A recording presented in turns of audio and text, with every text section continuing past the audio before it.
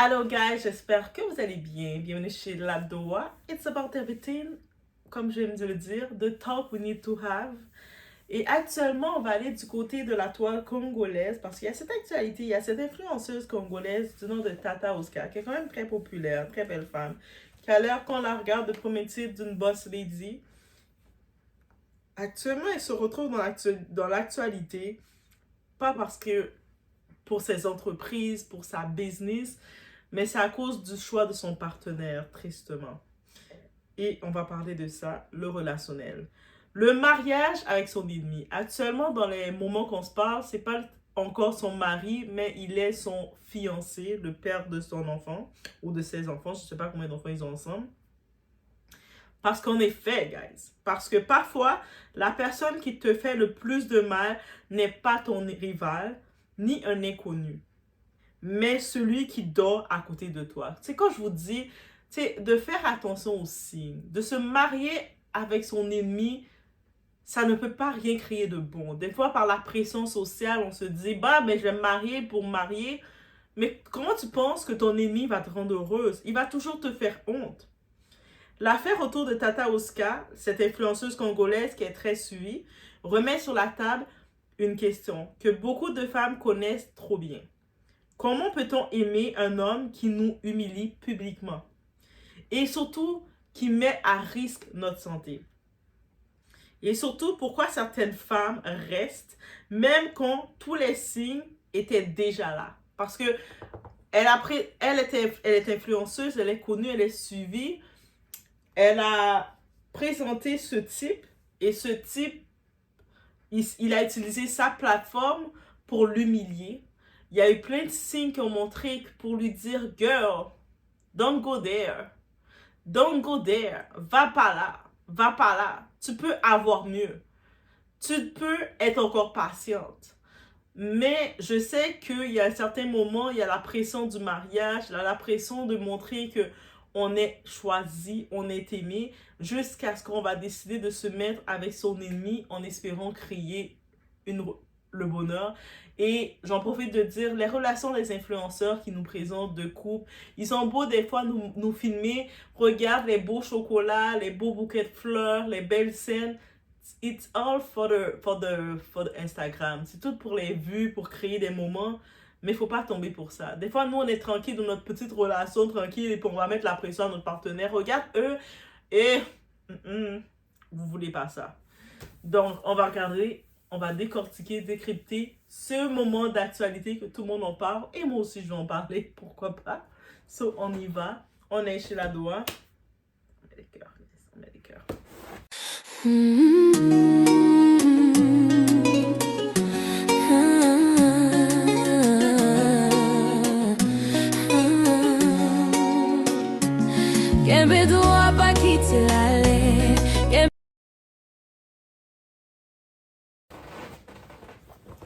Déjà, on y va. L'illusion du couple parfait qui n'existe pas, mais qui est vendue par nos influenceurs, nos influenceuses surtout. Pendant longtemps, il y a Tata Oscar et son fiancé ou mari, le père, ou son baby dad. Tu sais comment on l'appelle? Moi, de mon côté, on appelle ça un baby dad. Représentait pour beaucoup l'image du couple idéal. Parce qu'encore en 2026, il y a encore des gens qui regardent le couple des influenceurs et qui pensent que c'est des couples idéaux. Un amour affiché sur les réseaux, des déclarations publiques, une mise en scène romantique, un mariage présenté comme une victoire. Même quand elle annonçait sa grossesse, elle faisait toute une scène de cinéma pour le montrer là. Le Titanic a coulé en passant, guys. Bref, et comme souvent sur Internet, tout semblait parfait. Mais derrière les belles photos et les déclarations, certains internautes affirment aujourd'hui que les signaux d'alerte étaient déjà visibles. Et pourtant, ils ont été ignorés par les acteurs principaux. L'infidélité qui relance la polémique. Depuis quelques jours, la toile s'agite autour d'une nouvelle polémique. Plusieurs vidéos circulent sur les réseaux sociaux affirmant que le mari de Tata Oscar aurait été infidèle une nouvelle fois. Donc, c'est-à-dire que ce n'est pas la première fois qu'il s'affiche ou il se retrouve affiché en pleine tromperie. Donc lui, il a compris, c'est-à-dire si c'est pas la première fois, elle accepte une fois, deux fois, trois fois. Sur le coup, ça va faire un choc. Je pense que même rendu là pour les certaines influenceuses, les infidélités de leur partenaire, pour eux, c'est une raison de faire du buzz. C'est comme Liz Mazambi. Son pasteur l'a trompé avec l'autre Eunice. Eunice a fait une sortie. Il y a eu près de 30 vidéos pour raconter les détails de comment son mari, Alice, parlait mal de sa femme et tout.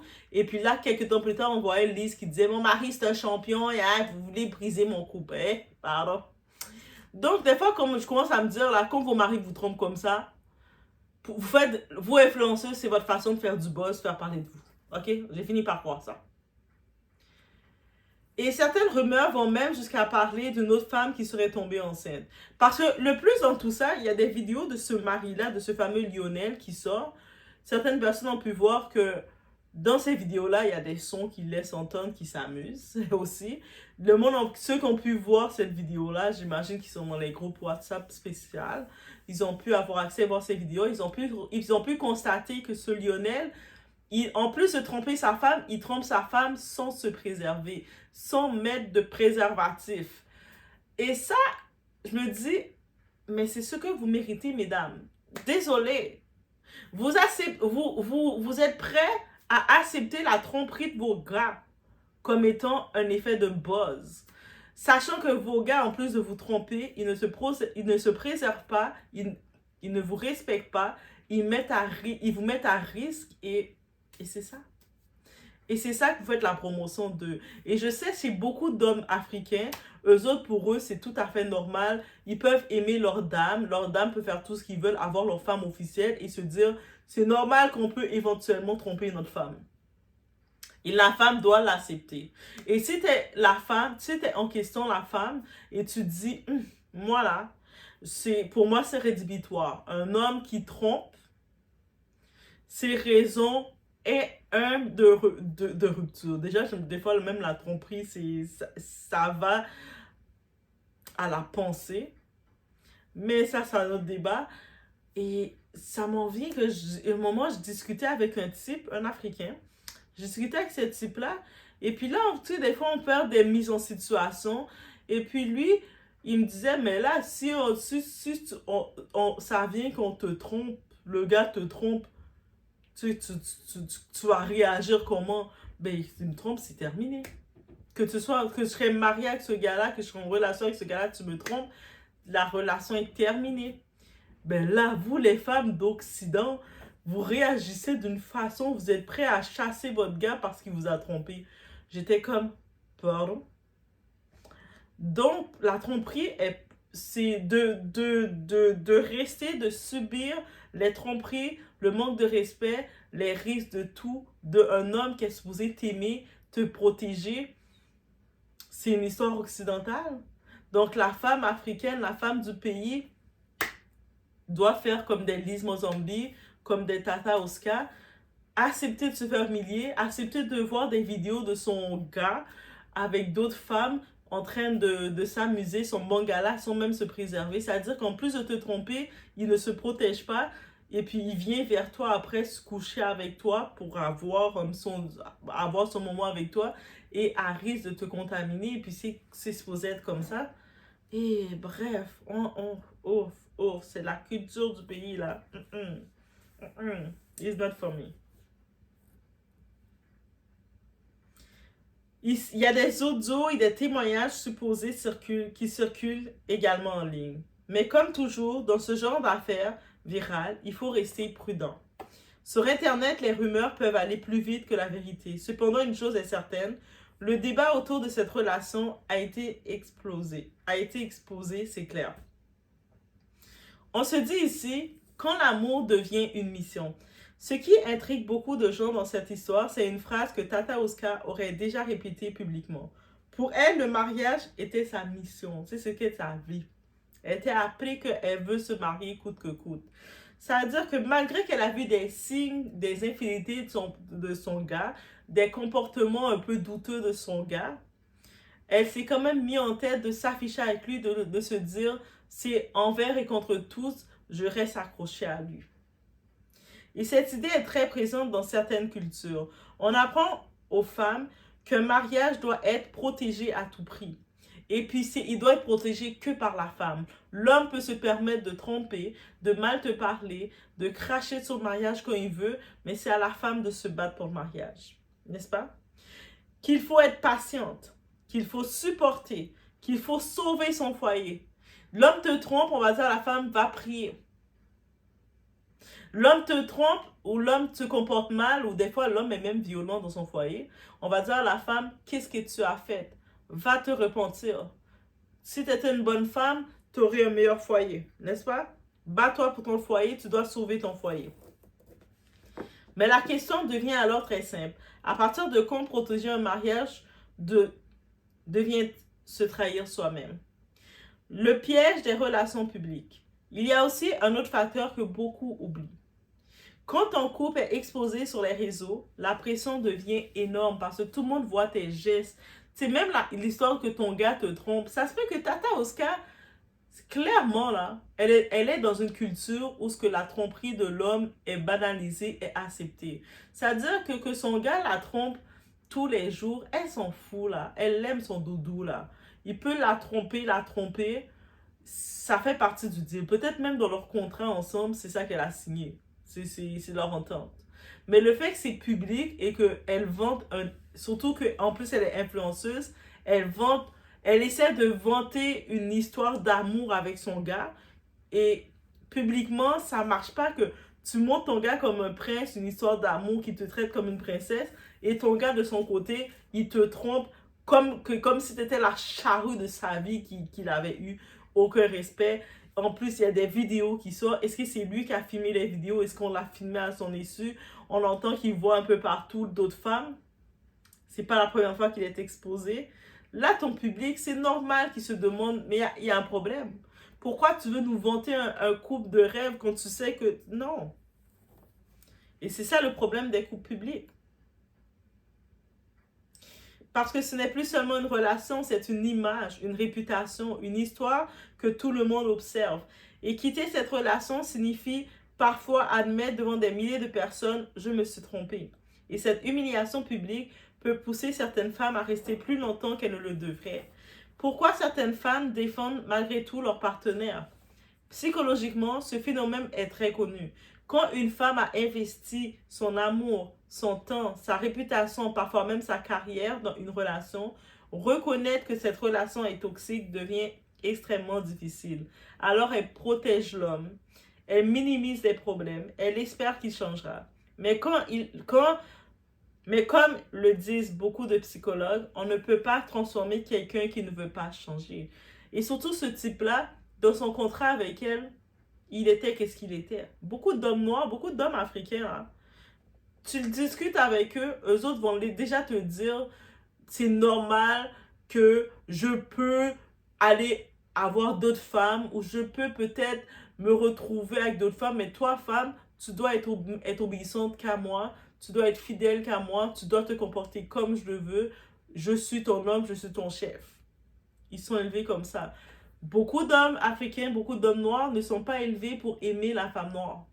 Ils sont élevés pour que la femme noire se sacrifie pour eux, se batte pour eux, font les efforts pour eux, se sacrifient pour eux et souffrent pour eux pour les prouver qu'elles les aiment.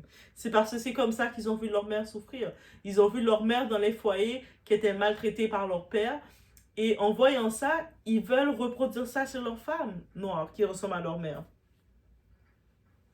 Et pourtant, la honte retombe souvent sur la femme. Ce qui est frappant dans ce type d'affaires, c'est la réaction du public. Quand un homme trompe, beaucoup de gens disent simplement « Bah, c'est un homme.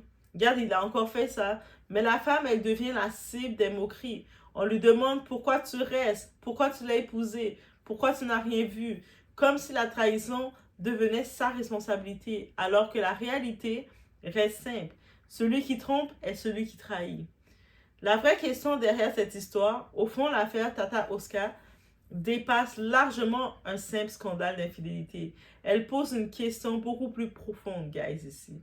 Pourquoi certaines femmes restent dans des relations qui les détruisent? Est-ce l'amour, la peur, la pression sociale ou simplement l'espoir que la personne que l'on aime devienne enfin celles que l'on imaginait? Ou est-ce qu'on imagine vraiment? Ou on n'est pas déjà conditionné à se dire, tu sais, je peux pas, si je le laisse pour ça, je l'ai déjà investi, comment ça va, comment je vais pouvoir survivre? L'histoire de Tata Oscar rappelle une vérité que beaucoup préfèrent ignorer. L'amour ne protège pas de la trahison et parfois la personne qui bénéficie le plus de ta loyauté est aussi celle qui la respecte le moins. Alors peut-être que la vraie leçon dans tout ça n'est pas de juger, mais de comprendre une chose. On ne devrait jamais se battre pour sauver une relation si l'autre personne ne se bat pas avec nous. Donc, comment toi, tu peux te battre pour ta relation, pour ton foyer, pour ton gars, alors que lui, ben, il va faire des vidéos avec d'autres femmes, il va rencontrer d'autres femmes et s'afficher jusqu'à se faire exposer. En plus de te tromper, déjà, tu le sens qu'il te trompe. Et jusqu'à ce que ton public, parce qu'elle, elle est une personnalité publique, elle est influenceuse. Donc, le monde le reconnaît par rapport à elle. Donc, lui, il ne se gêne pas de ça, de la tromper. Ça me fait tellement penser à Offset, l'ex de Cardi B, quand il faisait des podcasts et puis il se vantait de dire qu'il a trompé plus de 50 fois dans leur relation. Hein? Et ensuite, quand elle lui disait, ok, c'est beau, je veux divorcer, et là, il faisait sa crise nerveuse. Mais non, tu ne peux pas me laisser. On a des enfants, qui va vouloir de toi maintenant? Et il disait ça. Mais c'est ça l'homme noir pour la femme noire. Parce qu'il a tellement été conditionné de voir sa mère, qui est une femme noire, souffrir dans les relations. Sa mère qui a été maltraitée par son père ou par les hommes qu'il a vu sa mère fréquenter. Que maintenant, lui, quand il voit une femme qui lui ressemble, une femme noire, il veut... La façon d'aimer cette femme noire-là, c'est de la tromper. C'est de mal lui parler. C'est de lui parler avec domination, lui donnant des ordres. C'est de lui dire, tu peux pas faire ci, tu dois faire ce que je veux, c'est moi le chef. Et d'espérer qu'elle se batte pour lui. Parce que sa mère s'est battue pour le nourrir et tout. Il se dit que c'est le devoir de la femme de toujours faire ça. C'est pour ça que la femme noire et l'homme noir, je finis par croire qu'on n'est pas fait compatiblement. On n'est plus fait pour être compatible à cause de toutes ces cassures. Malheureusement, quand je vois des cas comme ça, c'est ça que je finis par croire.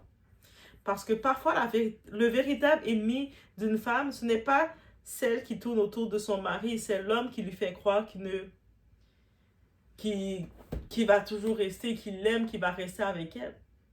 Donc, des fois, on va penser que c'est la chisa, c'est l'autre femme, c'est les autres femmes.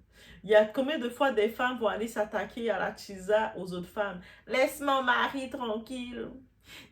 Pourquoi tu veux briser notre foyer? T'es briseuse de foyer. Alors que c'est ton mari qui brise ton foyer, c'est ton mari qui te crache dessus, c'est ton mari qui te parle mal, c'est ton mari qui aime te voir au plus mal. C'est ton mari qui va t'imposer de quoi? Et lui va faire le contraire. Je vous laisse sur cette réflexion. J'ai pu comprendre aussi que actuellement, avec toute la pression que Tata reçoit médiatique, Tata Oscar est en phase d'un petit peu de down, de tristesse. On peut imaginer ses émotions. En même temps, elle va devoir faire ses choix. Elle décide de rester avec son gars Lionel pour le meilleur et pour le pire. Elle sait que ça va rester ce combat. Ce type, tu l'as pardonné une première fois, il t'a trompé. Tu l'as pardonné, t'as fait bébé, je t'aime. Deuxième fois, troisième fois. Là, à force de pardonner un type qui te trompe, qu'est-ce que tu penses que ça donne dans sa tête? Il se dit juste que la tromperie, c'est accepté chez toi. Et c'est ça qu'il va retenir. Donc, bref, je vous laisse sur cette réflexion. C'était ce que j'avais à dire face à cette histoire. Laissez-moi savoir, vous en pensez quoi?